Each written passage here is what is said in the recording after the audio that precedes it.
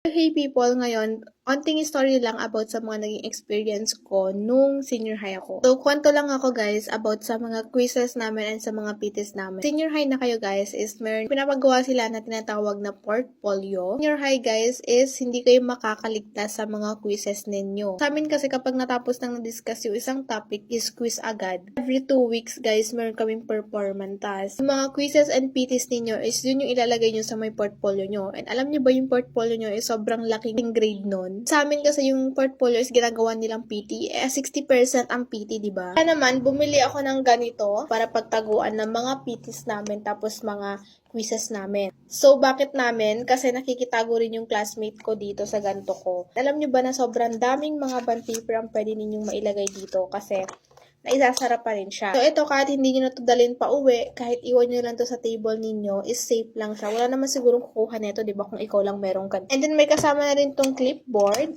If katulad kita na humihingi lang ng paper sa quiz, is kailangan na kailangan mo to kasi ikiklip mo lang dyan. Tapos, meron ka ng pagpatungan ng paper mo kahit iisa lang. Bakit kayo magsulat kapag nasa armchair yung papel mo tapos may butas-butas pa yung armchair mo tapos pangit ka ng sulat pag ganun? Sobrang tibay neto kasi binili ko to guys ng grade 12 ko and until now, meron pa rin siya.